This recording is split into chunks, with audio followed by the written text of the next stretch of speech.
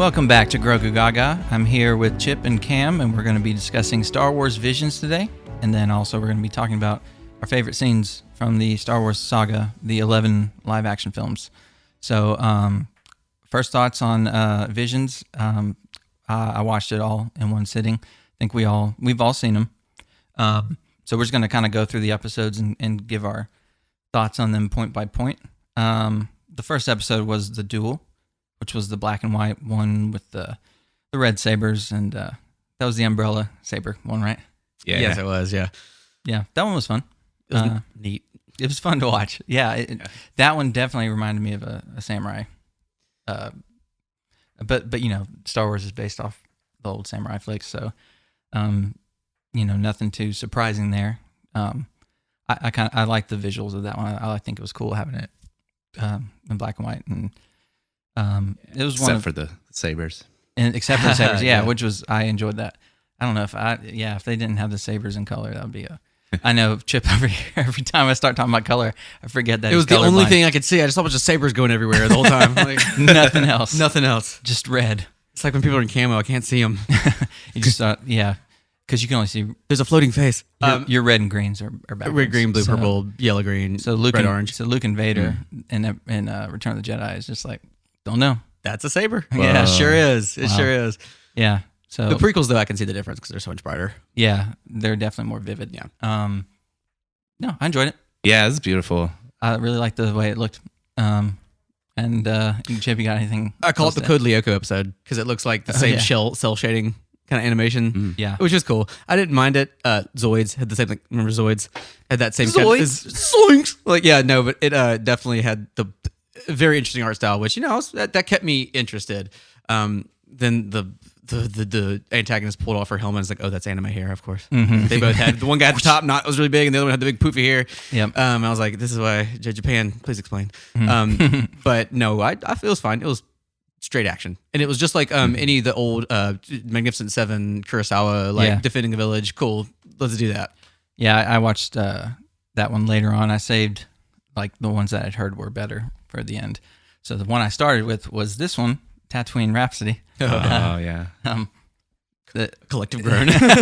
I mean, it's just kind of one of those things. It's like, I mean, if people like it, that's cool. I don't, you know, it's kind of like, why spend your money on that? I don't know. That's how I feel. But if you liked it, then more power to you. I think it was very interesting that they got Tamara. I was going to say bonus points for Tamara Morrison for that episode. It was kind of funny to me. Like, I have business with the slug. I was like, oh, this is gonna be a great episode. And I was like, oh, nope. And then him bobbing his head at the end to the music. Yeah, and the tail tap, Jabba's tail tap. Yeah, yep. That was actually pretty funny. I laughed at that. Yeah. That was the first one I watched. I was like, okay, well, this is gonna be an interesting show. Yeah, it was definitely my least favorite. Yeah, me too. I did enjoy it. Silly. And we're all very music lovers and musicians, so that song just made me cringe. Yeah, the music wasn't fun. Oh my God, it made me cringe. I was like, I'm sure it was better in Japanese. I'm sure, but the translation was like reading out of a like a Japanese learning book. Yeah, I read online a couple comments saying that you know, if the music had been better, it might have been a higher up in their list. Mm-hmm. But yeah, definitely. It sounded like you beat Dynasty Warriors at the end. I don't know if you ever played Dynasty Warriors, but there's huge bombastic set pieces at the end where it's J-pop. It's K-pop, J-pop. So nice. Which is what that was. That was basically just Japanese rock, the J-pop. Yeah, which is, you know, a genre. It's a genre. It is music. The microphone saber. That's funny. I did laugh at that too. I was like, okay, that's the only thing I took away from it. It was neat in places. Like there are little tiny neat things. Like I like that he was, you know, a runaway Jedi from Order 66. That was cool. Yeah. At the beginning. The microphone. Tamura is always, you know, one of my favorite voice actors and actors. You know what I mean? Yeah. Like he is such a good voice actor. He's done so much Star Wars voice acting. But yeah, no, it was a slog. Yeah. But a slug. So episode 3 was the twins. That was one of the last ones I watched. Again, I saved the ones that looked interesting to me for the end. Cam, you liked that one. I didn't dislike it. I just thought, I don't know. I'm not sure what I didn't like about it. Yeah, it didn't like follow any of the rules of like they were just flying around in space. So that's kind of absurd. Yeah. But I also feel like that's kind of what you should be doing in an animated Star Wars, like a I mean, vision. And let's not forget it had precedence with Carrie Poppins. It's true. So it did have some precedence there. Yeah. They were like talking. I like how the droid had a helmet on and they didn't. Yeah, I know. I thought about that. It's one of those things where I think you can get away with it in an anthology thing that's non-canon. Mm-hmm. It's like if it were canon, it would be kind of I don't know. I think most of these work because they're not canon. Yeah, and like the things that are canon, they're canon adjacent. Like the Holdo maneuver that they pulled in that episode, they literally pulled a whole. So that was cool. And it's 1 in a million. It was literally a dyad episode about dyad. It was, which I like that they're bringing kind of influences. Yeah, but like you said, it has to be like a standalone anthology for that kind of stuff to work. Yeah, I like the Gemini class Star Destroyer. I did like that. That was cool because it was very Death Star. You know, I like to think of that episode as like the First Order if they were slightly different, like in a different multiverse. Yeah. Yeah, definitely. Like I that. definitely kind of gave that vibe. I mean, this one would have been set. When was this one set? Like, they don't say it. They don't say, but I guess in long after episode 9, maybe, or before. I don't know. And if they did it long after, that could work. They could have gotten these plans. I just enjoyed them, or tried to at least, for what they were. But like I said, it's good. You know, it's fun. It's fun. But I'm not over unlike Cam, I don't like anime to begin with. So I had to view it from a different lens, essentially. And I try to not be biased because of my old anime. And I liked it better than most anime because it was Star Wars. Yeah. And also, it's one of those things where like anime fans were really looking forward to it. And then like Star Wars fans were looking forward to it because it's Star Wars. So it's kind of cool to have this kind of got a Hannah Montana situation in here. Best of both worlds. Best of both worlds. Yeah. So you get everybody, interested in it. And I'd read that a lot of anime fans were really excited about it. Like they didn't watch Mandalorian or whatever, but they were like hyped and counting down the days to this. Oh, wow. Yeah. So take the positivity right. that we're trying to practice. Spread this positivity. There you go. And again, we say we spread it. It doesn't mean that we don't have our opinions or that we don't always convey them nicely, but we're just trying our best over here to make it fun and lighthearted. We're a work in progress. A work in progress. Yes. One more thing on the twins. Visually, it was like 3 or 4 for me. Like it was just very colorful, and they did some really, really cool looking stuff. A 3 or 4 out of 10. No, ranked 3rd or 4th. It's like, wow, you really don't have high standards, do you? 3 or 4. It was amazing. Gotcha. Yeah. That was a pretty unique one, I would say. They were all pretty unique to each other, though. Oh yeah, I think that was part of it. They wanted like 9 different studios. So episode 4 is The Village Bride. I think that one was good too. I love that one. Yeah, but the thing is, I watched all these together and like just to watch them, and I should have just taken my time. Mm-hmm. So that was one like I'd already gotten near the end and was like kind of ready for it to be over. Peter Gingy out. Yeah. So, but like I think there's some cool stuff in there.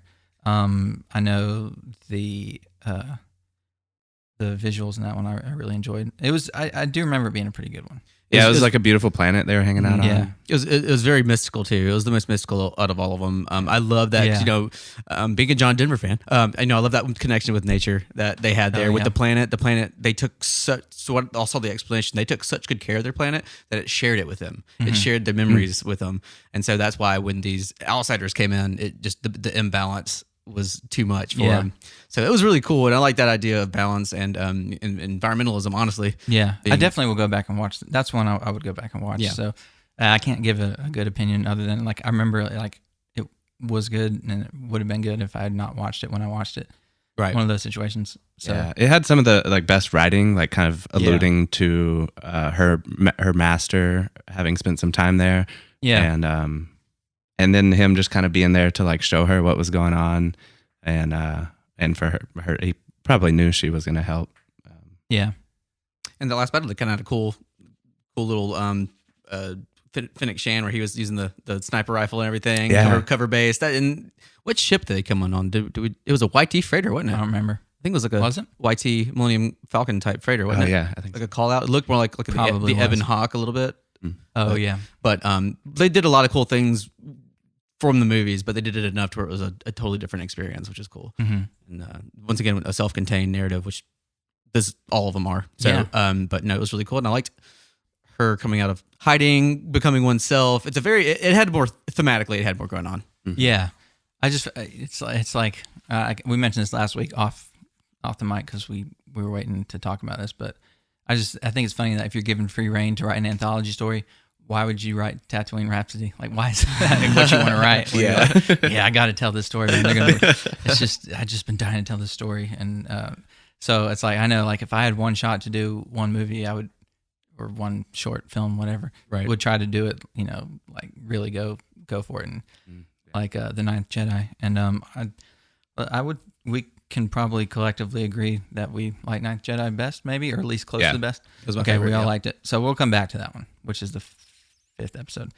6 is Obi-Wan. Old Toby, spotted the old Toby. I thought it was kind of fun. I mean, it's like it's like a Pinocchio in space. It was one of my favorites, just because it was so whimsical. Yeah, impish and whimsical. Yeah. Like Paul McCartney. It was fun. I liked it.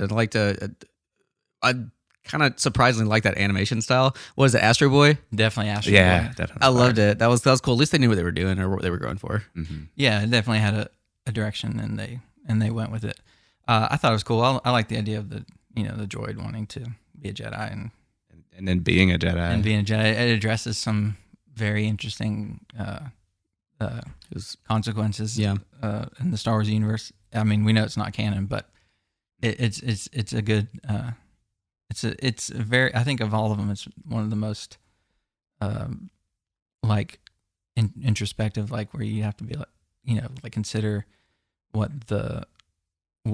could actually happen in Star Wars canon, like with a droid, and also like connecting to a droid on a sentimental level, which in the films, like all of them, BB-8, R2, 3PO, they're very human, but they're droids.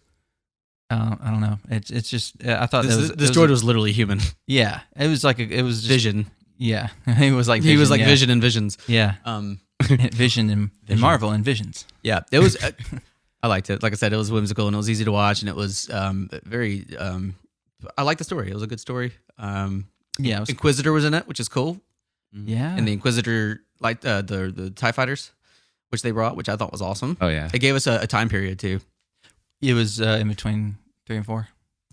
I assume. I forgot. I assume. So anything? Do you want to say any more about that one? No. All right.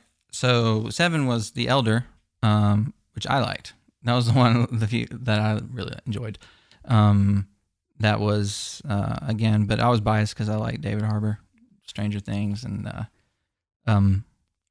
Black Widow. I've just always liked him. So having him in it, I was already like into it and focused. And I don't know, I just thought the aesthetics, it looked like Star Wars to me. Like I know you said the villain kind of was like stereotypical anime villain, which was kind of true. But other than that, I felt like the robes, Jedi robes, and the design of everything else felt very Star Wars to me. And I don't know, and it was a little bit darker. I thought it was kind of, I don't know, I enjoyed it. Yeah, I'm having a hard time remembering it. Right, that's my thing. That's exactly my thing about it. It's like, it's just boring to me. Like, well, it was just like, this was like the second or third episode I watched because I watched these out of order. I did. Well, David Harbour, who I do like in Stranger Things, his voice just kind of put me to sleep. I did watch it at 4:00 in the morning, so that could have had something to do with it. Yeah. I think that was the first one I watched, actually. Was it? Yeah, because I was hyped up about it because we were all watching it here together, and we saw the old guy with the 2 lightsabers like that, the red lightsabers, which I was like, okay, that could be cool. And then it just ended up being self-contained, once again, self-contained little story, which is good, but I just wish it was more upbeat. Yeah, I think that's why I liked it. It was a little darker. Yeah. I like a lot of the darker episodes of What If, which is kind of. I still haven't watched it. Oh, it's real good. It's one of those things where, like, I've said that like 5 times. It's one of those things. This is one of those things. If it were Star Wars, I'd be all on that. But like with Marvel, I'm definitely keeping up with Marvel, but don't really. I mean, I might get around to it. It's not a priority. And you can watch them, so they're just like Visions. They're short, and you can just. Are they short? Yeah, they're 30. Consistently closer to 30 minutes, but as opposed to like an hour or something. Right. Or 5 minutes. So what was the shortest one here? It was like 11 minutes? Or 11 or 13. Something like that. But yeah, I liked it. But I'm going to go back and watch at least 3 or 4 of these again. Yeah, me too. Episode 8 is Lapin Ocho. I was expecting to not like it, and I actually did like it. That's so funny, Cam, you say that, because I was the one that this is the most anime one there is. Because there's a anthropomorphized rabbit here. Where I was like, this is gonna get cringy and quick, but I actually ended up really, really liking it. Yeah, see, I just thought it would be too much. That's why I was kind of biased. Right. Like, I know it was good. And I am going to go back and watch that one. It's hard for me to get on board. And that's just a personal thing. Again, like, I don't know. I like some anime, but it's very, like, Spirited Away and, like, the standards. And then as a kid, I like Dragon Ball Z. So, Cave of the Fireflies. I watched a little bit of Naruto when I was younger. That's about it. Started One Piece. So I'm not well versed in anime, and it's not, I don't have anything, definitely don't have anything negative about it. It's just never been my thing. So yeah, it was a little harder for me to grasp. Well, I like the family dynamic too. I was talking about that.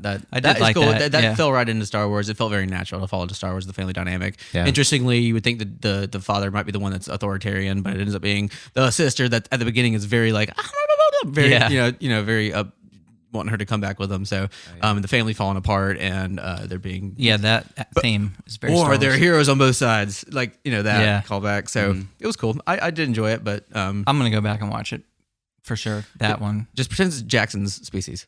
Yeah, I know. I thought about that after. Yep. I was like, okay, well, they did. There's precedent for a there's rabbit in there. So. Definitely precedence there. I think he's canon now. Are the canons Jackson? I could be wrong, but I believe I'm gonna look that up. That would be. Do y'all have anything else to say about that one? Because y'all were a little bit more into it than I was. I loved the scene where he passes on the lightsaber. Like that was so cool to me. So Jackson, and it had the frescoes or whatever of it getting passed down from the Jedi to generation to generation. That was cool, and I like that. I like that lightsaber. Yeah. That was a good looking lightsaber. That's the only lightsaber I was like, ooh, I like that, even though it was a katana. Yeah. So there's a canon article on him. Canon article on Jackson. Oh wow. He was in, what was he in officially? A comic, I think. Scrolling right now, like Wikipedia. I don't know, but so yeah, he's canon. So, well, there you go. Can't argue with that. Oh yeah, he's been out since 2015. He's been out as canon, since 2015. Oh, that's cool. Interesting. Yeah, so that brings us to episode. I don't know. My accent turned into there. Episode. It was kind of like a Southern Australian. Episode. Southern Australian. The final one was episode 9, which is Akakiri. Mm-hmm. Which means what one was that? Red Mist. I found out. Which one was that? Cool. Why did I not remember this one at all? What was this one? He a Jedi shows up. Yeah, the Jedi in like the mountains. Yeah. Oh yeah, I see. Okay, yeah, that was okay. In love with like a princess or whatever she was. Yeah. Yeah. What do y'all got to say about it? Because I barely remember it. I thought it was cool, especially the ending. What was the ending? He Sorry, everybody listening. He gets spoiler alert. It's like episode 3. He gets apprenticed to the bad guy. Okay, yeah, by trying to save the person he loved. It's very episode 3-esque. Okay. Which is why I liked it. I hated the antagonist's design. I was like, she looks like a frog person. Like, I was like, but she's supposed to be human. But cool things like you said with the end and the colors. I think I just mentioned it, but Akakiri means red mist, and so the red overtones throughout that entire. It got more and more red as the episode went on, which is neat. And then he gets this moment where he can like decide to go back, and I guess it's like his master. Someone's like warning him like, you'll be tempted, and like you shouldn't, like just end it. And then he goes back, and everything is red. Like the sky is red, the whole everything is red. And then he decides to save the woman and has to join the evil Sith master. This was like reading Harry Potter, skimming Harry Potter in one night and trying to take an accelerated reader test. That's how I feel right now. Because I definitely was not entirely focused. I should have waited, but I also didn't want to, even though it's not canon, I still didn't want to see spoilers. So I was like, I guess I gotta go ahead and knock it out. But I wish I hadn't. I should have gone back. And comedically, it was the most cringy. The two Sherpa dudes, I did not like their humor, man. They were very, but it was very anime. They were, it was kind of like Avatar, The Last Airbender, like except not good. Right. Yeah. So, well, yeah, I couldn't even rank these honestly. But any more to say on that one? No. I do want to mention that I think maybe not every episode, but I think every episode said I got a bad feeling about this. Or yeah, I did notice that. I did notice that. Yeah. So every single one. So far they've done it, and Last Jedi didn't even do it. Technically, they did. Technically, I know. That was like I think that was an afterthought. Yeah, no. Ryan Johnson's like, we're writing this out. We're writing this out, and then somebody got really mad. The story group was like, no, I'm writing it back in. Yeah. Because consistency, that would annoy that. That would annoy me if it wasn't in there at all. Because the consistency, like technically, like OCD, like I'd be like, you got to. That annoys me. It's been every single one. So who says it in episode 9? Can't even remember. Oh, is it Lando? Oh, I think it is Lando when they're in the desert, the other Tatooine. Yeah. Oh yeah, I think. Well, I wish. Don't know, but yeah, I know it was said in that movie. Yeah, that was a cool little feature. So yeah, bringing it back to episode 5, I think, or 4, 5. Was it 4 or 5? Doesn't matter. The 9th Jedi was the one that we all liked, and pretty much been reading. Everybody said that, a lot of people, the general consensus is that that's their favorite. It's just, it was far enough, like we know it's far into the future. I mean, the Star Wars timeline, and it felt like Star Wars, but it didn't feel. It felt new, but it didn't feel plausible. Yeah, it didn't feel like it wasn't Star Wars. It still felt like Star Wars, and like the plot of it, with having the call for all the Jedi to come meet, to weed out the Sith. Oh, that was really cool. That was a neat plot twist. I really was like, oh, that's good. Like I was twisted, I guess you could say. Mm-hmm. I was Shyamalan by that.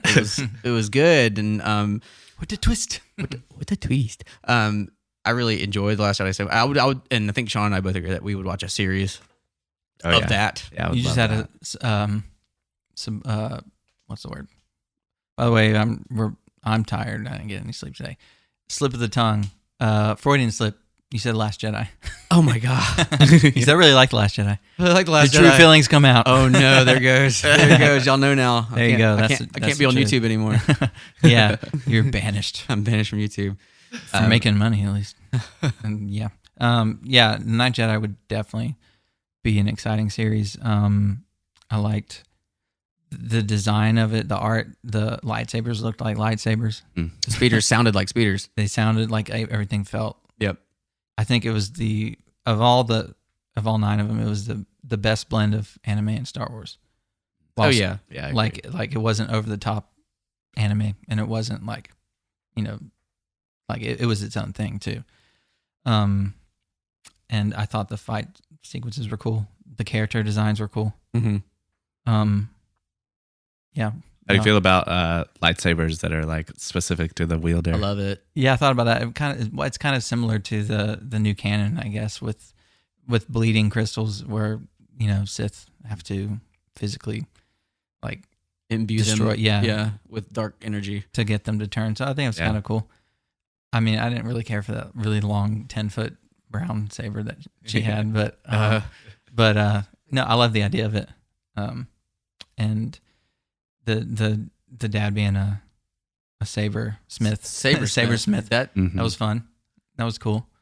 I think there is a lot of potential there, and I think if there is going to be one that continues and what now, I don't know if it would continue in canon or if they would just continue the story. I think I would be open to them to doing it in canon as long as they were. It's all such new water we're It's so far in the after episode 9, supposedly, that they could. I honestly, that's what I want to see more of in the future. Like, set stuff again way in the future. Future being like a less long time ago. and then or way far in the past. That's what I want to see after all these shows, after all the Disney Plus shows get through. And the Acolyte might be an early. Well, we already know that that's before episode 1, so I think that is that the only one that's actually not set during the Skywalker saga. Movie wise, I think that we have coming up. I think so. Yeah, yeah, with all the confirmed shows at least. Yeah.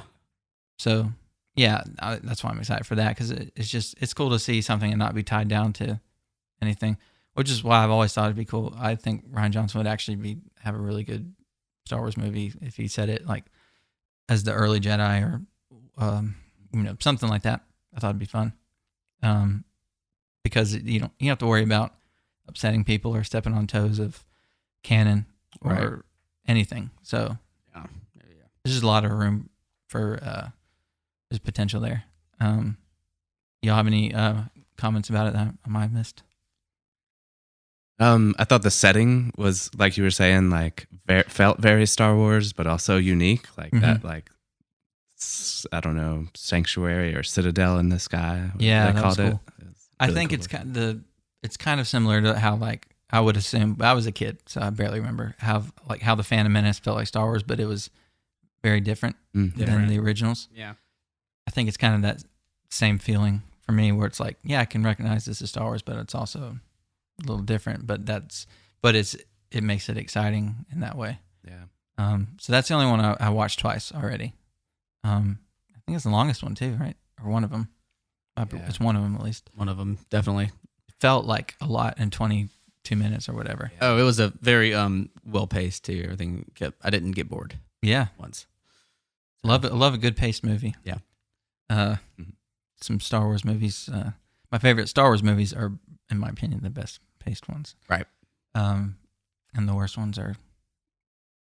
No, pacing is very important. That's all I'll say. Whether it's too slow or too fast. And some of the movies have been too slow and some are too fast. And there's a few that are just right on the nose. That's right. At least in my opinion. I think in my opinion, The Force Awakens is the best paced Star Wars film, and Rise of Skywalker is probably the worst. Last Jedi is a different kind of pace. It's just slower for me. But like Episode 9 is kind of whiplash. But yeah. So like JJ gets the award from my point of view of having the best paced film and the worst paced film. So it's important to the feel and the overall enjoyment of the episode for me. I this is one of the shows like didn't have any high hopes or anything and had no expectations, and so I enjoyed what I enjoyed, and some just ones I don't enjoy I just that's why I forget about them. That's what we kind of talked about last week. If you don't like it, don't like it and move on, and which is kind of hypocritical, because at one point I would definitely complain and take it and be like, no, this is serious, man. I can't let this go. Yeah. But it's just, you'll be happier if you do. Yeah. Because you're not going to like everything Star Wars. We get so serious about a fake story in the sky. Yeah, about exactly. people with laser swords, just enjoy it for what it is. That's what I try to do with the show, is take all my anti-anime biases out and just watch it for the Star Wars story that it contained. And I think I'm better for it. Yeah, definitely. I'm going to have to do that just in general in the future with Star Wars. Movies in general, but definitely with Star Wars. Just kind of let go of... let go. Let go. So, yeah, I enjoyed it for what it was. If they make another season, I'll watch it. It's not like high on my list of things that I want to see. I think there's a lot more that I'd be more interested in seeing. But yeah, it's cool. So if you're listening, let us know what you thought and where we were wrong, where our opinion was bad. That opinion is bad. I was like Andy on The Office. I could be a movie critic. Or he's like, I couldn't be a movie critic. I could be a food critic. This food tastes bad. So yeah, we're going to move on to our next discussion, which we kind of had planned. So we kind of split it into, we're putting the two topics in one episode. We're going to talk, because I don't think we've done it before. We talked about our favorite pieces of music in Star Wars, but we have not talked about our favorite scenes in each film. And there's, now we have The Mandalorian and other stuff, but today we're just going to be doing the 11 live action films. we're going to be discussing those and just talk about our favorite scene, because we, even in the lowest ranked movie, there's good stuff in there. And so I just wanted to see what everybody had to say about their favorite films and their least favorite films, what they enjoyed about them. So I guess we'll start with Solo. I think that's kind of an interesting one to start with, because I couldn't decide. Cam, did you have one that you ended up picking? Yeah, I think because I have one, or it's kind of a tiebreaker. I think I was on the fence a little bit too, but I'm gonna go with the Kessel Run, just being on the Falcon, and I'm a big fan of Donald Glover. Yeah, as Lando. That was number 3 for me. Like, it almost made it. Yeah, because it was great. Just to finally see that.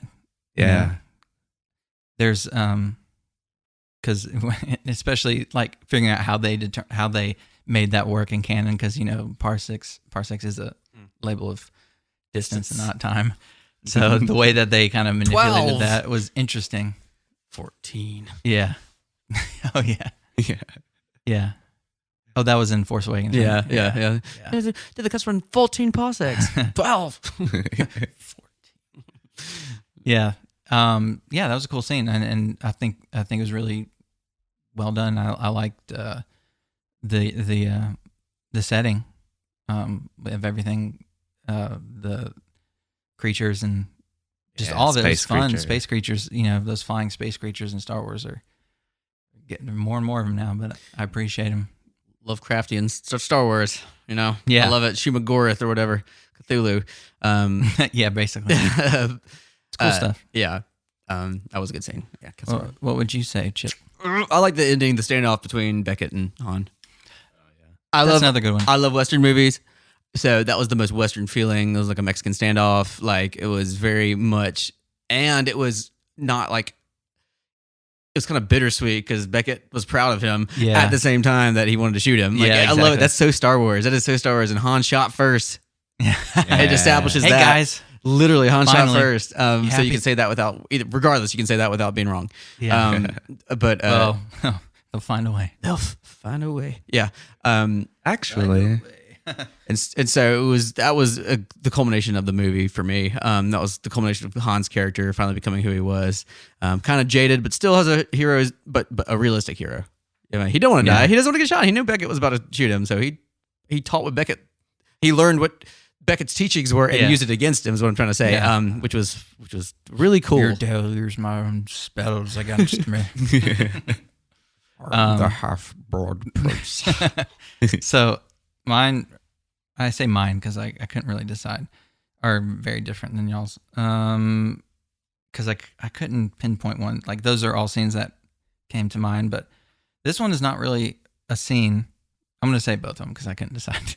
It's not really, I mean, it is a scene, but it's not like something like that, an iconic thing. It's basically just whenever he reunites with Kira, and you can just see in her acting, like, the guilt that she is feeling, and the mental torture that she's going through with Dryden Voss, and knowing all he did to come back and find her, and knowing that she's kind of gone down a darker path, kind of forced into it pretty much. But I just feel like I actually feel something for both Han and Kira in that moment, and kind of sets the tone for their relationship, and probably would set the tone for whatever, if they ever give her a show or bring her in Lando or whatever. I just enjoyed the acting, and I thought it just set the tone well. Cool. And then my other one, I didn't really say it was my favorite because it's such a minor thing, but so there's one scene in the movie that George Lucas, quote unquote, directed. He didn't really, but he was there on the set. So when he gave the opinion, and he said, "This is what Han would do." So it's the scene where Kira is about to put her jacket up on the in the Millennium Falcon closet or whatever, and so in the original script she was just gonna put it up, and Han was gonna she was gonna hand it to Han, and Han was gonna put it up, and that was that. And George is like, no. That's not what Han would do. And so Han, or apparently according to Ron Howard, the director, he said George kind of became Han for like a couple minutes and showed what he would do. And so basically Han, as we know in the scene, he grabbed it and just kind of dropped it. And and that was like such a Han thing to do. And it's and I have like knowing that George was the one who was the inspiration for that, it's kind of like, I got to put that in there. I didn't know that. That's really, really cool. Yeah, I'd heard that after the film came out. And so, and he, he's always like, he tries really hard to hold back because he knows like he has to be all in or all out. Right. That's how he is. Right. But like, that was one of those moments where, I think it was kind of, I'm glad that he spoke up and did it, because it's just a little thing like that shows that he still gets the character. He wrote the character. He gets it. Yeah. And I don't know. It's just a little thing like that I like. So I guess we'll go ahead and do Rogue One, since that's another Star Wars story. We can keep going in circle if you want. Yeah, I don't like this order, but this one's easy. It's the Vader hall scene. Me too. Easily. I had to. I mean, like I went through it and I was like, there are really some emotional scenes. Like I would, if I didn't say the Vader scene, I would say the scene when she's looking at the her dad's projection or whatever, and holding back tears. That would be, if I were being objective about it, that would be better than the Vader scene. But the Vader scene is like, yeah, I know it's fan servicey, but it's really cool. Oh yeah. And there's nothing wrong with just having a cool fan service moment. So I just really, really enjoyed that. But yeah, I enjoyed but I thought if I had to pick, other than that, it'd be Jin and her dad, that scene. My favorite scene, this is my favorite Star Wars movie, of the 11. I joke and say my favorite scene is where Tarkin is so spiteful that he blasts Krennic's face with the Death Star. Like he aimed right at Krennic on the top of the tower. I think that was a hilarious, like, spit in your face, like if I wasn't ready, and it was like when you see Krennic looking like, oh my god, and then just straight through his face. That's how petty. Like Frankenstein, like destroyed by his own creation. Exactly. And I like Krennic as a villain. He's probably one of my favorite villains. And to demonstrate that, the scene between him and Tarkin, the tension when Tarkin takes over the Death Star, essentially. This is a bureaucrat who has wanted nothing but upward mobility in his company. His entire career, he's been working hard to do that. He's not an evil character necessarily. He's just a upstart businessman who just really wants to be successful in life and will do anything to get there. And of course, I read Catalyst, and there's a lot more of that going on. Him and Galen Erso were in the same childhood program. I think it was called it's basically elevated learning when they were in like elementary school. Okay. They went through that together, like a boarding school almost. And so wait, Galen and who? Krennic. That's how they knew each other. They grew up in the same class, and Krennic was always outshadowed by Galen and stuff like that. There's a lot in that book that's really good. They go into the Geonosians and everything like that too. But yeah, Chip keeps telling me to read it, and I need to read it, and it'll probably boost my appreciation of the movie. And so outside of the fans, obviously I love the Vader scene. I love all that. I love Rogue One. I love it from front to back. It's got to be hard for you to pick one. But your favorite. The most relatable scene is Krennic getting his creation swiped up from under him by the corporate, the CEO basically. That's like, great. You made this?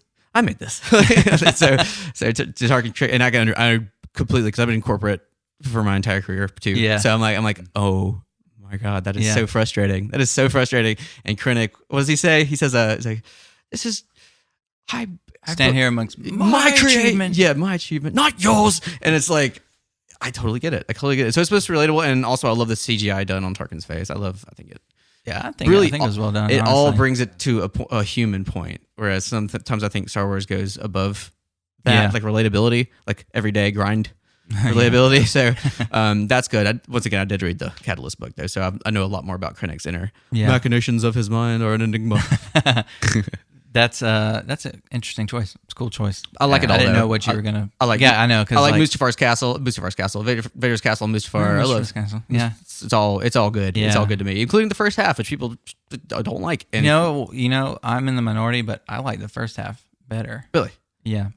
And then also, it took me a while to admit that. Yeah, and there's 'Cause I'm like, and everybody's like, no, it's the final third. I'm like, well, yeah, that's fun, but I like the character. I like that, and I like the dual Chirrut sacrifice. I think it's the middle part is what I don't really like. The Chirrut sacrifice, the Baze sacrifice. I like the thematics of that too. The yin and yang. Mm-hmm. They switched the wording of the mantra to when. Yeah, I did like that. So it's all very cool. But if I were to say just the sheer relatability of Tarkin doing corporate takeover, was definitely I felt something there. Yeah, that's definitely a movie filled with good scenes. So definitely was a difficult one to pick. But yeah, mine was Vader too. So guess we'll move on.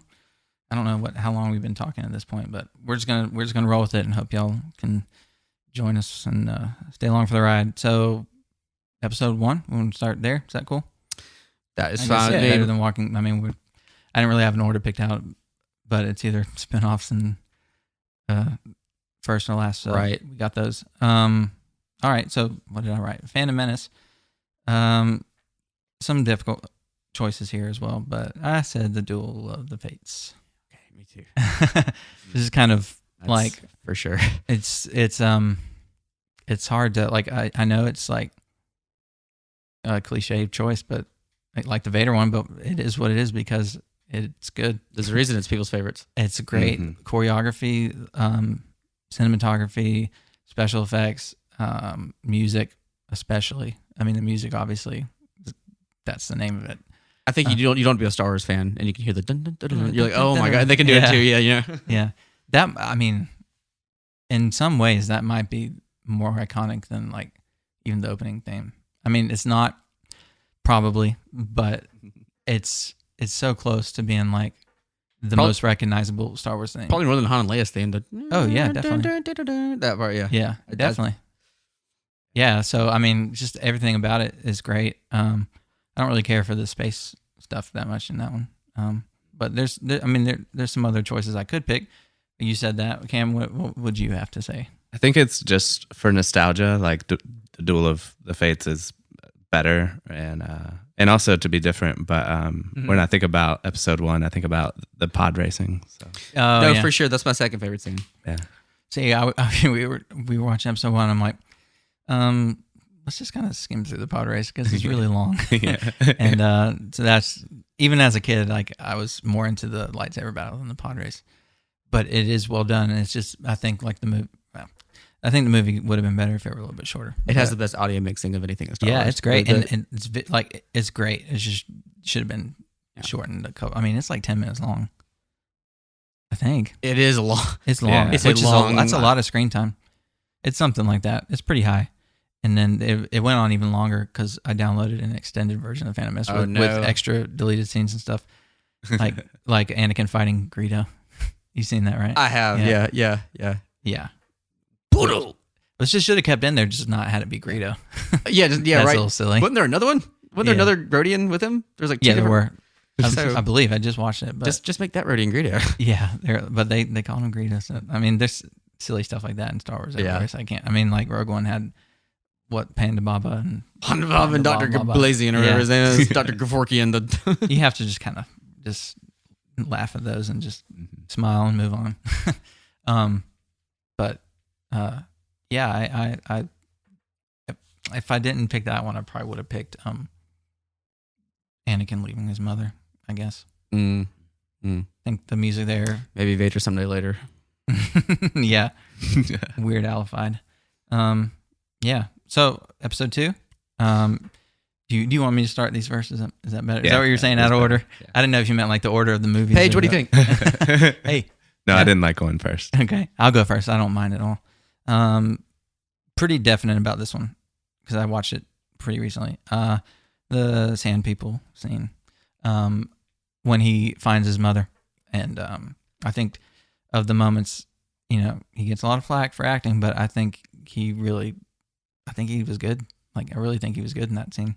Yeah. Personally.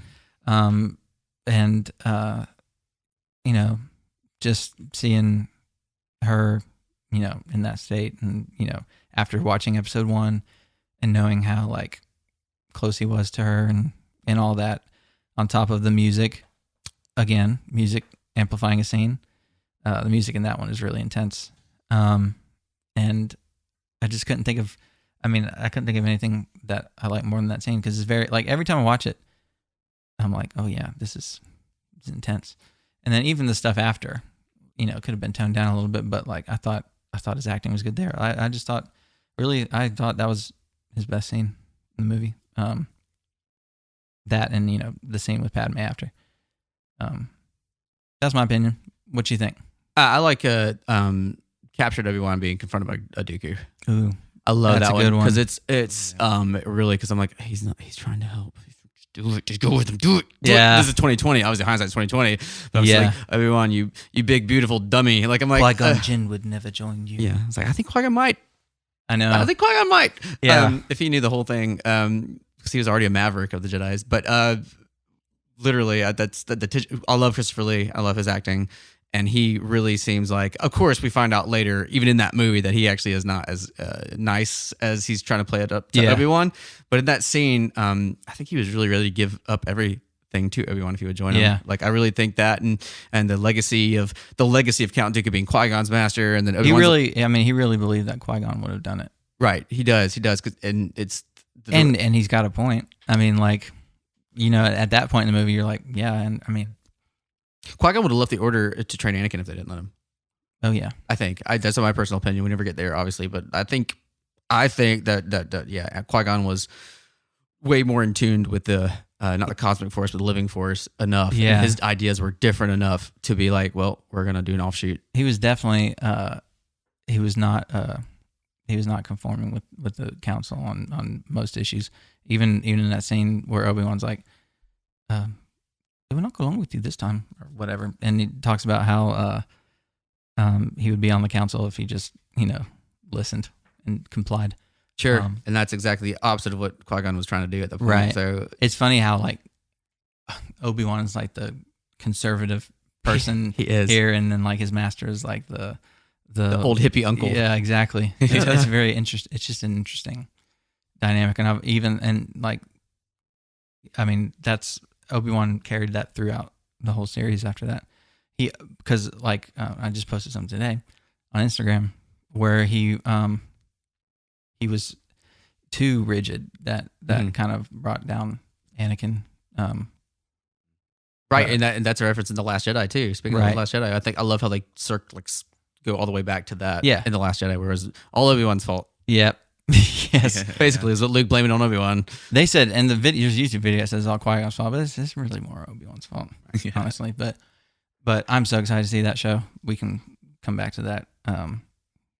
After watching Revenge of the Sith again, like 2 days ago, just got me so.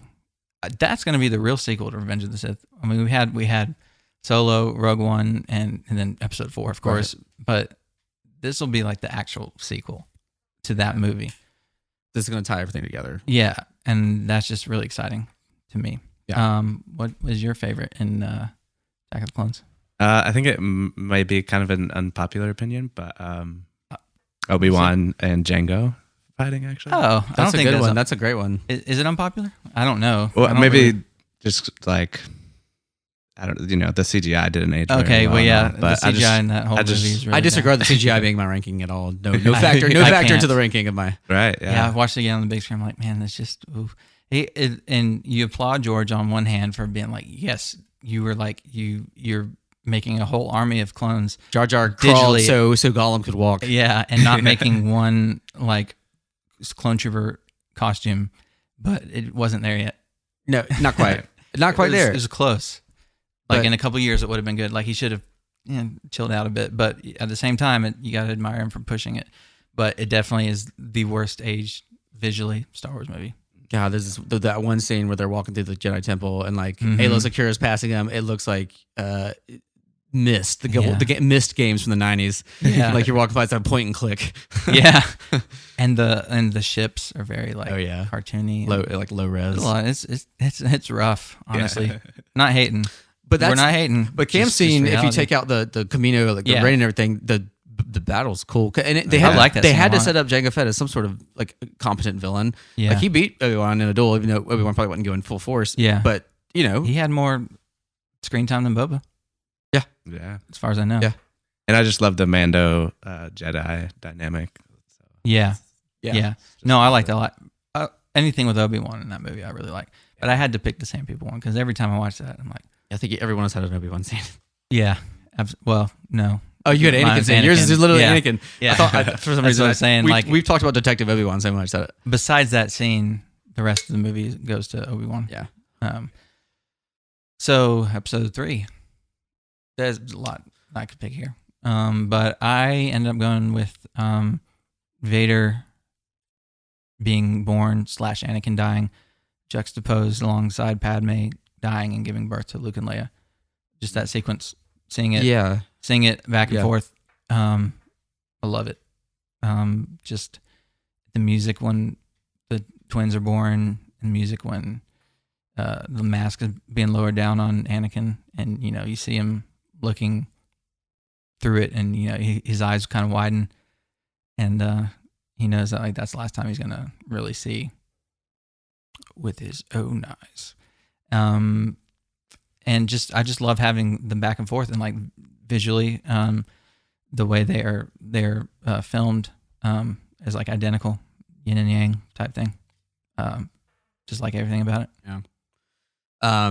Mine's probably once again, hindsight's 2020, the Dooku scene again, on the starship, the Dooku scene. Yeah, that was fun. Just because once again, that's the writing on the wall is set right there. That's the rest of the movies. You know what's going to happen. Christopher Lee's acting of disbelief. His disbelief in that is so I'm like, oh my God, this is a guy who knows he's about to get killed. You know what I mean? You can tell that in his face. Oh, he's really doing it. He's betraying me. I thought I was going to betray him. Right. So having that happen, and also Anakin's Clone Wars helped with this, but Anakin's rivalry with Dooku. Yeah, they were the main. That's true. They were. It's like Maul and Obi-Wan. Right. Dooku always thinking his superiority complex is always there, and then his signature look of superiority. That meme. Yes. From I don't know if that's actually in the book or not. The visual dictionary. But he does, and I love Dooku, man. He's like a despot. I love it. He's just like a classic villain. Really, not to cut you off, I really would like a show with young Dooku. Yes. I'm reading Fallen Jedi or Dooku Jedi Lost. Jedi Lost. Yeah. I haven't read that, but I want to. It's good. It's a screenplay, or it's a teleplay. Audio play. Yeah. So, but it flows well, better than the Aftermath books. Those are not anytime to stick that in there. Those are not an easy read. Yeah. So Dooku being there and just that sheer amount, you could tell the dynamic between not only Anakin's fall to the dark side, but him being Palpatine's lapdog is established there, and it just all that is the precedence for the rest of the movie. And I just love Christopher Lee, and I love his lightsaber too. Yeah, I think he was killed off too early in that movie. Yeah, he was. I wonder, you have to wonder, you always hear about that rumored 4-hour Revenge of the Sith cut, but I mean, there's got to be a ton of stuff cut. I'm sure there was some stuff with him cut. I mean, this is at the time, this is the last Star Wars movie, so that I'm sure George filmed a ton of stuff, and we've seen a lot of deleted scenes. Again, the version we watched the other day was with extended scenes because I've seen the movie so many times. I'm like, let's try it in a different approach. It's actually fun to watch the Rebel Alliance scenes and then the joking humor with Anakin and Obi-Wan. It's fun. What would you say for number 3? The Anakin Obi-Wan battle. Mm-hmm. Yeah, Battle of the Heroes. Battle of the Heroes and Duel of the Fates. Those two are the yeah. And for the same reason. Well, I guess I would have picked that, but yeah, I don't know. I guess my consistency is not very good because I said Duel of the Fates, even though it's cliche, and I probably would have said that for 3, but I couldn't think of anything better for 1, but for 3, I really enjoyed those scenes. But yeah, I mean, it's hard to beat that. The music, more. I mean, I think Revenge of the Sith is my personal favorite soundtrack. So I think everything about it. Anything more to say, Master Qui-Gon? No, it's cool. I mean, there's not much to say. Any scenes like that where it's it's just cool. That's all you got to say. Did you see how many flips they did? Oh my gosh, everything else was being destroyed. It's perfect. Yeah, they were doing that rave saber thing where there's for 5 seconds. They're just slinging their sabers around, and not hitting each other, and then they hit each other perfectly at the same time. And then the force push. Everything was very, very. I didn't know why they did that as a kid, and now I kind of understand. Right, it's building up, whatever. kinetic energy. I don't know. Building up kinetic energy, and then Anakin trying to Obi-Wan, is Sarasu form 3, the defensive form. So Anakin trying to do that to find a weakness, and Obi-Wan not giving up a weakness. It's, the reading makes Star Wars very much more enriched. Yeah, I got to read that book again. I read that before it came out, the novelization. Oh yeah, saw that. Whoa. Grievous is a lot scarier.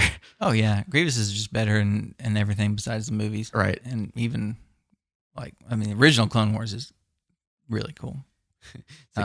Not like the simulations at all. There's a 4-armed cyborg with tuberculosis chasing us. Yeah, exactly.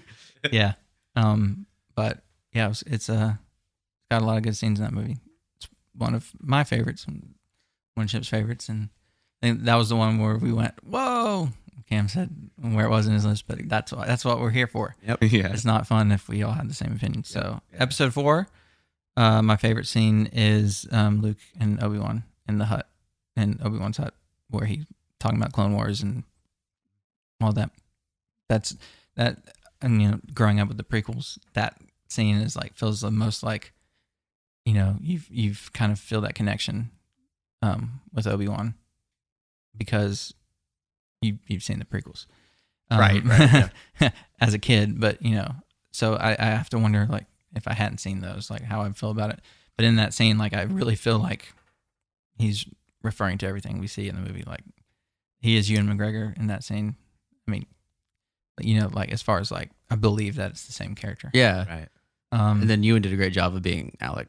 Yeah. So that cohesiveness really. Yeah, and that's the first time we see a lightsaber. Right. Yeah. Cool. Yeah. And plus that lightsaber's got so much history now. I mean, it had history. Now it really does. Need a weapon. You have one.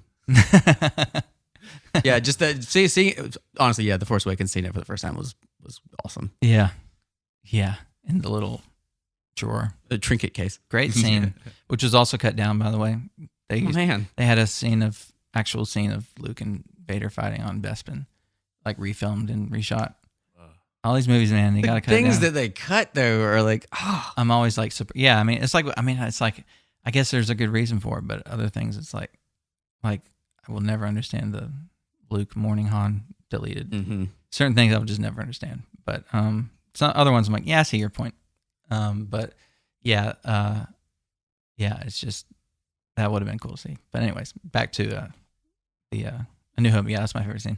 I think mine is the scene where the stormtrooper bonks his head. Yeah, that's great. And the story behind that is George Lucas saw it, but he kept it in there just because, which I think is hilarious. They then Django did it in Attack of the Clones when he's getting in the ship. Oh, that's funny. Yeah, that's funny. That or when Luke lands the X-wing, he's like, Carrie. Yeah, he says Carrie's name instead of Leia. Oh, does he? Yes, I haven't known. Yeah, that. He's like Carrie. But yeah, no. Is it muted, or you just see it, or no, you actually hear it? You can hear it. It's Carrie. Oh man, I gotta go back. Well, that's what we're watching next, so I can't wait.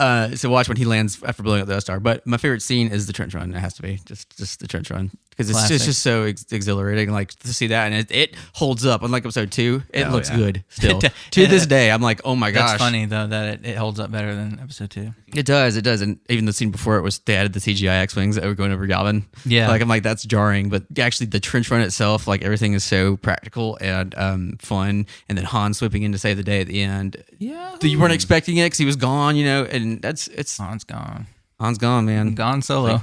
Gone fishing. No, so I just really like that, and it shows Luke's. It's his budding force powers that he never uses the lightsaber really, except to block a few defensive bolts. But you can see the force flowing through him as a pilot. It establishes him and Anakin as a pilot, being great pilots. Just so much going on. And that's why I like the Obi-Wan and Luke scene. It's the beginning of him, grabbing a lightsaber, and the history that's going to happen. The beginning of the hero's journey, which it's hero's journey. Annalise, my sister, has to write an essay about it, or she already did. It's like, why didn't you pick Star Wars? She had to pick Harry. She picked Harry Potter. She said the teacher did Star Wars as an example, so I didn't think we could do it. That was nice. Well, Harry Potter fits exactly into the framework too. So, and I helped her with that. But man, if it were Star Wars, I'd be like, all right, yep, take you to school. Yeah. What's your favorite? Was this your favorite movie? It was up there. I remember. Yeah, I can't even remember my own list. The list. Not that these are so arbitrary because they kind of change, and they're kind of depending on your mood and your mindset in life too. Right. No. Definitely. Yeah. I've got to go with Vader versus Obi-Wan. Yeah. Yeah. I was thinking despite the slow pace. the scene 138 remix is very good. It's cool, but that would never work in the movie. That version, right? It's too over the top, but it is fun. However, there is a good version that was just kind of sped up and re-edited. That looks really good. Yeah, as far as lightsaber battles go, not great, but it was the first. It's about the emotion and the connection. The sacrifice. It was a stage fight, like a Shakespeare fight. It was because it was all about the dialogue and them talking to each other at the same time, and to establish something about these characters, and not just Darth Maul taking that thing to the face, like that piece of metal, and just flinging it for no reason against the wall. It is that is something very different from the original trilogy to the just unnecessary. The prequels, and then the prequels have no talking. And given the sequels is the perfect. I don't, it's not my favorite, but the marriage of the two. It is a good blend. Yeah, it's not like too flashy and like just separated from it. It's very much like, you believe it's a real fight, but it's also enjoyable. Right. It's fun. I like them. Yeah. So that was 4. Episode 5. I am your father. That whole scene. Couldn't pick anything better. I'm racking my brain. Even my bias is like I love Boba Fett and I love all the scenes he's in, but favorite, it's got to be the Cloud City. Yeah, I can't interior fight. Everything about it. I can't. One little thing I will say, most people lose about the Boba Fett Darth Vader scene, which is really cool, or Darth Vader dynamic, is the scene where Chewie's like throwing stormtroopers and Boba just pops up his gun and Darth Vader's like slings it down like all of a sudden. Oh, I love that. That little bit of it's so unimportant, but that definitely shows how they're kind of mutual. Yeah, I love their relationship. I mean, Empire Strikes Back is not my favorite movie. It's top 4 or 5. I don't remember what I said now, but it's up there. But in terms of like just the way it was made and how well made it was and enjoyment and just everything. It's little things. The subtlety in Empire Strikes Back is top. Like nothing I would, maybe if I were like really having to look, I would change some things, but not really. Like I can look at every other Star Wars movie and be like, oh, take that scene out or add this in. Mm-hmm. But with Empire, it's like, there's really nothing in there that makes me like cringe. There's nothing in there that bores me. There's nothing in there that's just over the top. It's just good. It's just good. It's just the reason it's most highly critically acclaimed. It's the most critically acclaimed of all the movies. Yeah. Yep. Because it's a work of art. Yeah, and so it's hard to pick that one, but that one, I've got to agree though. Yeah, I just can't think of anything I would put above it. That was the first spoiler. It's true. You know what I mean? Like, they established Shyamalan would be nowhere without Empire Strikes Back. I know. It'd be like, what, 4? Was it like 4 people that knew? It was Mark Hamill, Luke. Mark Hamill, Luke, Lucas, and Irving Kershner, and I think maybe one other person. Maybe, I guess John Williams. What? Might have known. Somebody had it. I think it was 4, but I don't remember. But yeah, that was the fact that Mark Hamill didn't spoil that. Now we know that he's just a pro at it. Obviously, because he hid the Mandalorian thing for no one knew about that. That's the best kept secret in recent cinema history, I would say. Definitely. That I can think of. Yeah. Last Jedi had like no leaks, so I had a couple, but nothing major. Yeah, I knew about Yoda before. I didn't. Oh. But I intentionally did not read spoilers for that movie. I did for Force Awakens because Force Awakens was like I was like, I got to know the general direction to know if I'm going to be really disappointed or not. And so I knew kind of what to expect, and I enjoyed it. And the opposite happened with The Last Jedi, but appreciate it more now. That was good consensus on that one. Consensus between the three of us on that one. Yeah. Okay, Return of the Jedi. I couldn't decide on this one either. Because you can't really say throne room. Right. That's so many scenes. That's the whole movie. Like, that is what makes the movie to me. That would be what I say. If you could just say throne room. Oh, yeah. Man, I couldn't decide, though. So I went with something... Did I narrow it down? I went with a couple. No, I didn't. I wrote one. I said Vader Scene, which basically meant when, which is all encompassing because it could have meant when Vader saved Luke, or when he was dying and talking to Luke, or really any of that. I don't know, man. I kind of want to go. I don't know. I guess I'll have to say when Vader saved Luke. just that scene. The whole scene, everything leading up to it and after. Oh, that one. You're in that. Yes, that one, including that one. I hated that when it happened, but this again, don't care anymore. It's fine. Yeah. I think it was better silent, but but whatever. It still doesn't change the impact for me. Sure. Anymore. It did. You know, I used to complain on the internet more. I remember being like, George Lucas has lost it. But I was like, I don't know however old I was when that came out. Still a teenager. But yeah. It smells like I have to teen spirit. Yeah. So I have to say that one. But I might also say just the Force Ghost scene at the end. Every time I watch it, makes me happy.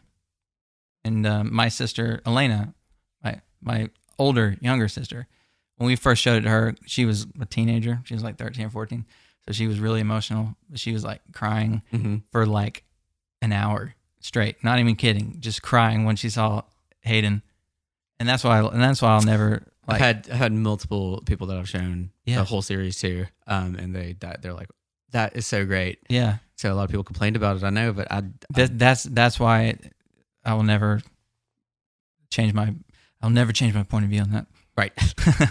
But probably won't legitimately, because it's just, if you watch them 1 through 6, which that's the way I watch it, and that's why I tell people to watch it, and everybody's enjoyed it that way, and just seeing his Force Ghost pop up every time is really good, especially with the new music. If they had Yub Nub in there, I don't know what like people have an attachment to Yub Nub, but it just doesn't. It does not feel like the end of a saga or even a trilogy. No, it doesn't. What they replaced it with. The new music is one of my favorite pieces of music. It's very celebratory, triumphant. It's celebratory, but also like reflective and reverent, somber, but also joyful, bittersweet, all that. Yes, good changes there. If you get Sebastian Shaw and Yub Nub, and not nearly the same impact for me. So that I'm gonna say that one just to be different. And so in mine, since I'm not gonna say throne room. It's the scene right before the throne room where Luke turns himself in, and on the bridge, him and Vader have that talk on the bridge. All of that, because you see Vader. That's the first time we see Vader start to break. Yeah. You start to see the Vader character, the crack of the veneer of his mask, like going into the Anakin. Like you actually see Anakin in that. He's never been Anakin before. He was.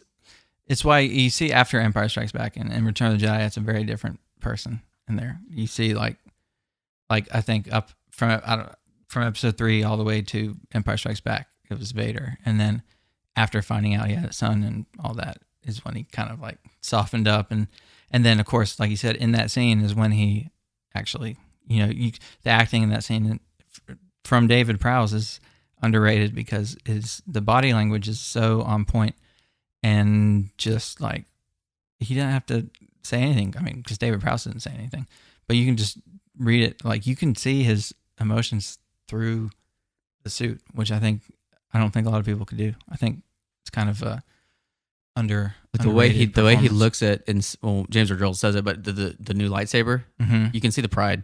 Yeah, like it's crazy. Like if you look at it, he's proud of his son. Yeah, for making a new lightsaber and becoming a Jedi. He's like not becoming a Jedi, but for his powers and what he's done. And I think that is the most important scene besides the throne room, because that's where you see like, oh, he could change. And my father is truly dead. Yeah, and then he looks off all mournful. Yeah, very good. Yeah, good choice. Good choice. Yeah, that was a good pick. I have a hard time. I couldn't. Like all of that Luke and Vader scenes and Palpatine scenes are what make it my favorite or second favorite, whatever. Yeah, I have to agree with you, Sean. Kind of Vader's turn is just so powerful and special. Yeah, seeing the head going back and forth, just like it's like it's coming, but you don't. Yeah, if you never seen it, right. And again, the acting there, like I can see like the emotion through his mask. So shout out to David Prowse, who he died recently too. Very recently, this year. Yeah, something like that. So I felt like he kind of, I think he might have been like a little diva, or maybe behind scenes. I don't know. That's what I've heard. But at the same time, he's definitely underrated and doesn't get enough credit. So, yep, that's it for me for Return of the Jedi. Any of those, I would be like, yep. Force Awakens. What did I put? Oh, of course. I put the Han dying scene. The bridge scene. Bridge scene, yep. Yeah, that's technically probably the best part of that movie for me. It's definitely the most tension. It has the most. I mean, I saw it in theaters, and yeah, so many people didn't know it was going to actually happen. Right. I did not because I had read spoilers. No, I had read spoilers for that one, but I knew it was going to happen either way because as a Star Wars fan, we knew that if he was coming back, he was going to die. Harrison Ford. But I thought, like when all the rumors were circulating, there was no like plot line or anything. People were like, how's Han going to die? Because we knew that he was going to die because Harrison Ford wanted him to die. And everybody's like, theories like he would go out in a blaze of glory in the Falcon. I was like, yeah, that'd be good. And I didn't know what way would be great, but the way that it happened was like perfect. And it's the saddest Star Wars death for me. And like crucial to Kylo. Yeah. Story. Yeah. Having the light, you see the light beaming in, and then as soon as the light fades, it gets dark, and that's when he stabs him. Yeah. And what does Poe say? As long as there's light, we have hope. Yeah. And then it goes immediately out. Goosebumps. Yeah, seriously. Every time. Cinema brain. Yeah. Cinema genius. And the music there. Yes. Again. Yeah. All my favorite scenes have, I mean, they all have music. They all have good. I mean, all them. It's hard to say like, oh, this is not good Star Wars music, but they have the best of the best Star Wars pieces of Star Wars music. And it's funny because Force Awakens was, or like all over, there was new themes that didn't sound quite Star Warsy to me. Yeah. Rey's themes different. Kylo's themes very different than anything I've heard. I love Rey's theme is very Harry Potter. It's very Harry Potter. Being Caroline, both my sister, we both said that. But I love it, and it's like this is very mystical sounding, but I guess it was supposed to. I love it. I mean, that's probably my favorite theme in the sequels. Maybe I think we talked about this, but definitely up there. Who's next? My favorite scene, probably the bridge scene, but I'm not going to double dip. I do love the bridge. It's probably technically my favorite, but the one that brings me the most joy is Takadana being attacked, and then the Resistance fighters coming in, the X-wings, and cool. You see Poe Dameron's black X-wing, black and gold X-wing. It's really cool. You see he's alive because I didn't know, you thought he was dead. Yeah, and then there's a one shot of where John Boyega is like, that's that's one hell of a pirate. Oh yeah, pilot. That's one hell of a pirate. Well, yeah. So he comes in with his black one, and it's a continuous single shot for like 20 seconds of him just blasting. I never noticed. Yeah, blasting TIE fighters, and it's just and they're all just so celebratory because they just got rescued. That one. Especially the first time I viewed it, I was like, "Oh my god, yes, that's awesome!" Poe is now my favorite character, and eventually he is still probably my favorite sequel character. He's great. Cool. Yeah. So I love Poe. Not my favorite. No, of course not. But, we know me. But Poe. Yeah. I love Force Awakens. And the music, once again, they're like Sean Lowe's music, the March of the Resistance, the dum, dum, dum, dum. It's just like the major version of the Droid Invasion. Yeah, it's the exact same song, just major key. Yeah. There's a lot of that really cool. Star Wars. Really cool. What about you, Force Awakens? I'm gonna go with the reintroduction of the Falcon. Yeah. Oh yeah. Like that just like brought me back into like this is a Star Wars movie. Yeah, because they did it in like a funny way too. Like I love kind of unexpected. You can say the movie maybe like leaned too much on nostalgia, but if it did, it didn't matter. Yeah, I think it was a perfect time for it. It did, yeah, and that was what it needed at the time. But like it was the pace of that movie, and just it's so good. Like, I mean, like it's paced like a James Bond movie. Yeah, like one of the better ones. One of the better ones. Yeah, not Roger Moore. Yeah, yeah. Like if they don't waste too much time on anything, and they don't skimp over anything. Just like which can be hard to do with like brand new characters. Mm-hmm. Yeah, and that's why he wrote Luke to not show up until the end of the movie. Which he's like, we just couldn't make it work. He could have made it work, but however, I'm cool with it. I actually really, hearing the rumors that Luke had no lines and was in one scene was kind of a bummer and kind of scared me. But it worked. Like it was fine. Like I wasn't missing him because I knew we were gonna see him eventually, and I knew we'd get him later. And then things happen. But yeah, I think that scene might also be my favorite. That or the Han scene, Han and Kylo scene. Because I don't know, I just really like the movie, so I couldn't pick, but one of those two for sure. Episode 8, Last Jedi. I said the Luke and Leia scene. Again, these are all OT character scenes, but whatever. Yeah. It was great to finally see Luke and Leia together, and I love, the despair in Leia, and then of course Luke's line, "No one's ever really gone," and just kind of like knowing that that he can't save Kylo, that Kylo has to save himself, and she knows that, and he knows that, but he's doing it anyway because that's what a Jedi should do.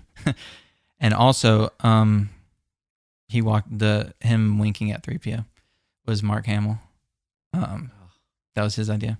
Apparently in the script, he just walked past. He knows his character. 3PO. He does. I'm like, how do you not acknowledge 3PO? I mean, that's like Mark knows Luke. He is Luke. He does. It's amazing. I'm sure there's so many more subtleties there that he threw in. Right. Like it's like the George Lucas solo scene. I mean, like he knows the character as good as anybody, or better than anybody. And so I like that, and of course the whole standing down the First Order is really cool. It's an in hindsight thing. For me, it's an in hindsight, like, oh, okay, I'm cool with it now. We got the Mandalorian. We saw action in Luke. Now I can kind of appreciate and it's not that I ever didn't understand. I mean, I understood like Jedi were defensive, but that didn't mean that they couldn't have a fight in defense. But I think it was just one of those things. Like it at the time, I felt like people really wanted to see Luke really. And I still would have loved to have seen that, but the time I'm take okay on with the it. whole First Order with the laser sword. What is that? Go away. Yeah. Yeah. So yeah, that whole scene, I would say, but definitely the Luke and Leia aspects of it. Yeah, for sure. And once again, it's nostalgia, but it's good nostalgia. It's constructive nostalgia. Yeah, because it's driving the plot with Kylo forward. Yeah, exactly. And because my favorite scene is kind of does the same thing with the throne room scene. Once again, it's the throne room. There's always a throne room with scene. with Snoke Hefner in his red slippers and gold robe. That choice really boggles my mind. But and the whole red backdrop looks really cool and all that. But it's just I was like, this is a lot. This is a lot right now. I love gold. The taste of it, the texture. But I like that whole scene, not just because of the action. It is great choreography and it's fun, and them working together, you get some sense of hope. Mm-hmm. You get a little sense of hope there. But then right before that, Luke literally told Rey that this is not the way it's going to go. Yeah. That you think it's going to go. It's true. And it's just like Luke's scene in Empire where he's going to he's going to Cloud City. It's the Yeah. same exact thing, but like done in a way that was tasteful. And he didn't change. Kylo was not going to change. He was not going to. Yeah. And Luke knew that. Yeah. Yep. And I like that aspect. Also, just to throw it in there, that deleted scene of the Caretaker village. I liked parts of that and didn't like. I'm okay that was deleted, but there's a lot of it that I really did like. Is at that at the end of the scene you can see when Rey and Luke are talking, like he's like laughing, ha ha ha, funny joke. Funny joke.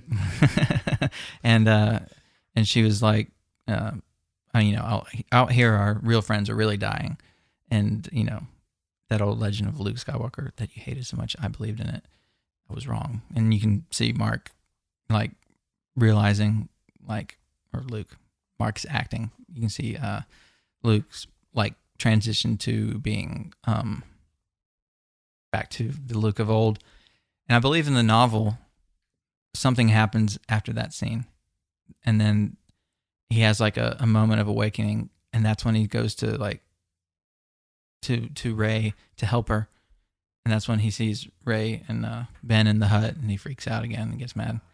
So that was kind of something that was deleted from the book, from the movie, but it was in the book. And even the book explored more stuff like that. I think would have been cool to see. I need to touch up on it.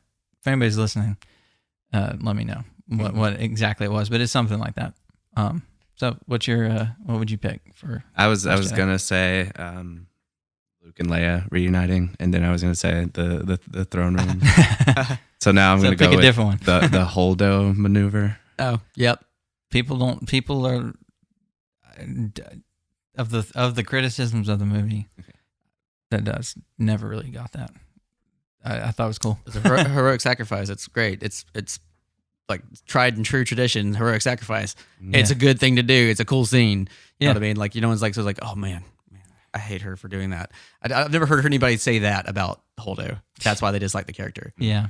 No, I think it's a cool scene, and I like it happening alongside the saber break and the guillotine decapitation potential scene with Finn and Rose. Good choice. I had something else I was going to say about. I don't know. Anyway, so final film. Hey. Oh man, that's everybody's collectively agree that's our favorite. That's scene. our favorite Boba scene. Frick, right? Boba Frick. All right, end of podcast. Droidy's done.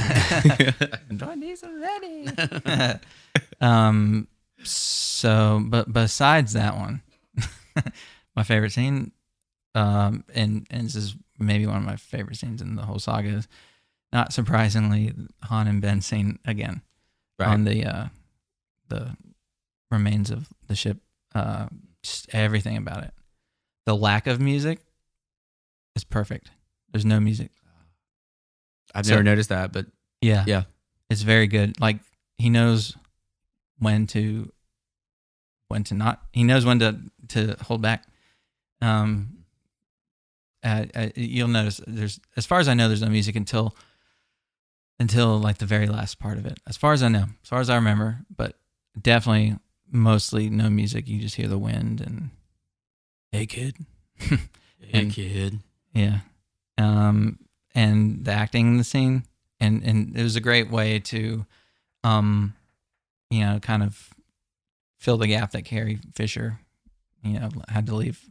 And also, this is something that I've mentioned before, but I don't think it's understood enough, or at least to me, it's highly implied, that the same way Luke did a force projection in episode 8, Leia was doing the same thing, but projecting Han to Ben. And the reason I say that is because she's holding Han's medal, which a lot of people miss that too, because there's a scene in the trailer where they actually like zoom in on the medal, and that was cut from the movie. Again, an editing choice that I don't quite understand, but again, that pacing on that movie was a little rough. I like it. I like the movie, dude. It's fun, but pacing is not. The editing is not good on that movie, and I don't know, who to blame if that was just like a last minute. There are definitely some last minute reshoots. You can tell from Mark's wig. Oh yeah. That I wonder how like a studio with that budget couldn't get a more. It's not even that the wig is not believable. It's that it doesn't even look like the same. It's not the same length or anything as like his hair in the other scenes. It's crazy. He went to the ghost barber. Yeah, but before, and then it grew long. Yeah, and then it grew short again. Yeah, it makes me wonder, like, if there really were some last minute changes about Rey's heritage, which I'm never like a conspiracy theorist about that kind of stuff, but all the new dialogue that was re-recorded was Palpatine related, so it's just kind of interesting. It probably wouldn't take too much to just change a few lines and make it, because I believe Kylo or Adam Driver re-recorded some lines like 2 weeks before the movie. So I don't know if all that's true or not, but yeah, it's I don't know where I was going with that, but yeah, my favorite scene, Han and Ben, everything about it, and then Leia, of course, dying through, in my opinion, force projecting not herself, but Han, and then the fact that the twins died the same way, kind of cool. Yeah, I just don't think it was conveyed very well. I don't think it was clear enough. There was no conveyance in that movie to begin with. There. Yeah. And I do like the movie. It is Star Wars. I like it. I do.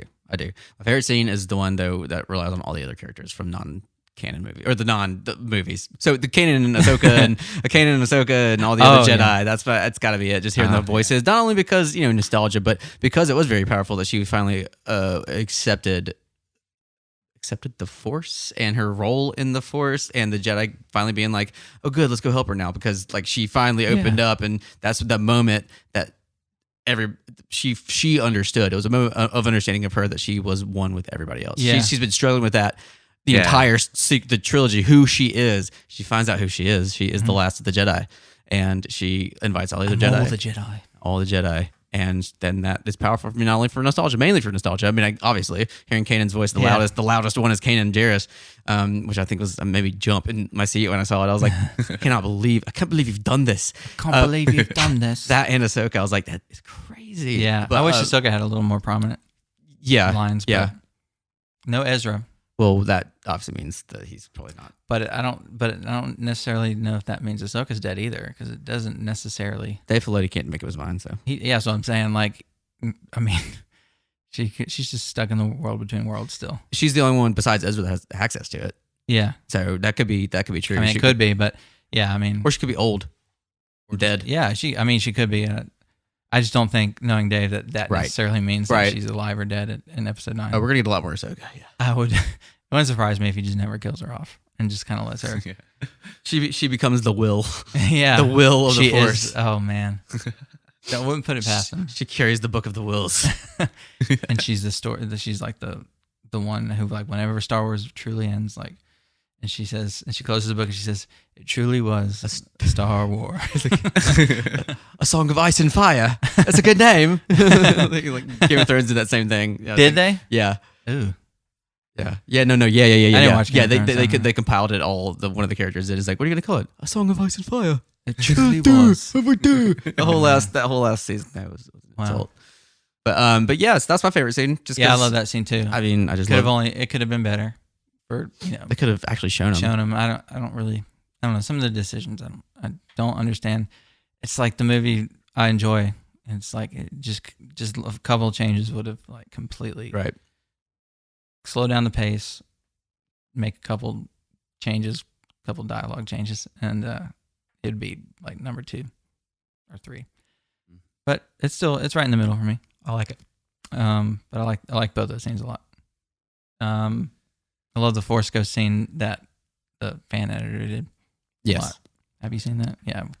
I think we talked about that. But so what's your favorite?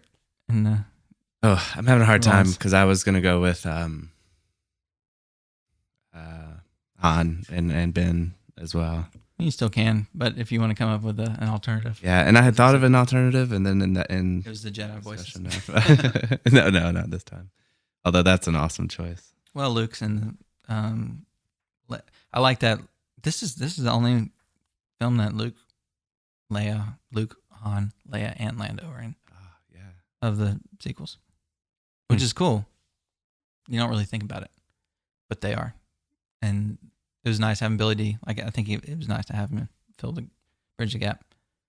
Yeah, we had each other. What's your story? I'm gonna go with. Let's find out. Just kind of last second. Rey accidentally using Force lightning. Oh, I like that too. Of course, people are. Oh, she can't use Force lightning. Doesn't mean she's a Sith. Chill out. Yeah, for real. Just so cool. The things that talk about magic. Like, I think there's not. I think there's genuine complaints, and then there's silly complaints like that. Mm-hmm. It's like a genuine complaint would be like, like editing dialogue or something, but like not like you can't do that. Like, I make the rules. They think they know how everything works, and that's all it's reference something else. Like, you don't know how your cell phone works. You know what I mean? Like like honestly, just take a chill pill. Yeah. I mean, there's like so few things in Star Wars that would make me like really like upset, and that would certainly not be one of them. No, I don't know what would be, but maybe like. Character-wise, it was awesome because it was foreshadowing. Like, narrative and textbook right there. That is good writing to have that little bit of foreshadowing in there, because to that point we weren't sure who her parents were still, right? Yeah. So, but that little bit, you're like, okay, familiar. all right, that's crazy. Yeah. And you don't even see Ben do it. Yeah. He's like, never does. like he backs away. And it Adam Driver face. Yeah. It shows like her struggle too with like how powerful, like her being scared of herself. I love that they say Rey has no struggles. And She's Mary Sue, dude. she's Mary Sue. Yeah, everything's perfect for her. She's literally the granddaughter of the most evil person in the galaxy. That in itself is a struggle. I think it's great. I don't know. Just my opinion. I don't get why that's that of any, like, if they were going to make her related to any character, who else would they do to develop her character? Who would be better? None. Yeah. Obi-Wan, what would that do? Nothing. It's like, she does a mind trick and talks like him. Yeah. And wears similar robes. And it's definitely British. Everyone, yeah. Yeah, it's like, it really does nothing. But having her be the granddaughter or clone granddaughter, they'll probably do some tweaking in the continuity with that example. Yeah. To appease the babies.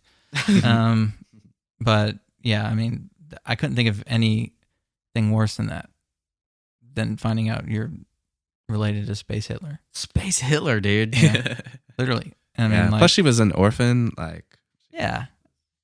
I think they just don't like the fact that she was able to beat Kylo in Force Awakens, and that was all. I think that was the only thing that set everybody off.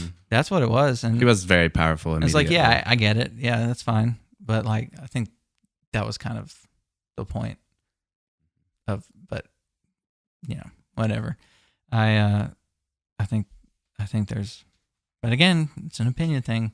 I think there's genuine complaints, but my genuine complaints might be stupid to someone else. To someone else. So. Someone that's stupid. I don't know. Yeah. So yeah, basically, I wanted to do this topic to show that look, there's good thing there's something good in every Star Wars movie, and if you disagree, well, you're wrong. Yeah. You're not a real Star Wars fan. You're not a real Star Wars fan. Yeah. But let us know what your favorite scenes are too. Yeah, comment. We occasionally get comments sometimes. Mm-hmm. I have no idea. This has probably been a long podcast, but I kind of expect it to be. I honestly don't know how long it's been. Yeah. So if you're still hanging on for the ride, thank you. And I don't know when we'll be getting back together. Kind of depends on Star Wars news. Oh, I guess I will say something briefly. Saw that guy on Twitter who's credible and leaked a bunch of stuff. Said he's heard a May release date for Obi-Wan. Oh man! Which May the 4th actually lines up on Wednesday, which is when they're airing now. Perfect. So I would go ahead and write that in as that's what's going to happen. I would say I'm convinced. Only way it's not happening is if like they're just in desperate need of a show and putting it out sooner. That's the only way. Because Boba Fett hopefully Boba Fett will be going through February. Probably. Okay. It's 8 episodes, right? December 29th, February, early March. They need everybody's going to want a breather, I think, and then it right back up once May the 4th comes. I don't need a breather, but yeah, I understand. No, I don't need a breather, but I'll also have probably a Marvel show to watch though. Yeah, there's going to be something, but yeah, May the 4th. I mean, Bad Batch came out May 4th, and that was just like, oh, that's what we're doing for May the 4th. But yeah, I couldn't see a more opportune day than May 4th, considering that's when they release shows now. It's on Wednesdays. Yeah. So he heard that's true, and he's usually pretty reliable. So that's probably going to happen. I just hope they announce some release dates at the Investor Day thing next month. That's when last year is when they announced all the shows, like 10 or 11 shows.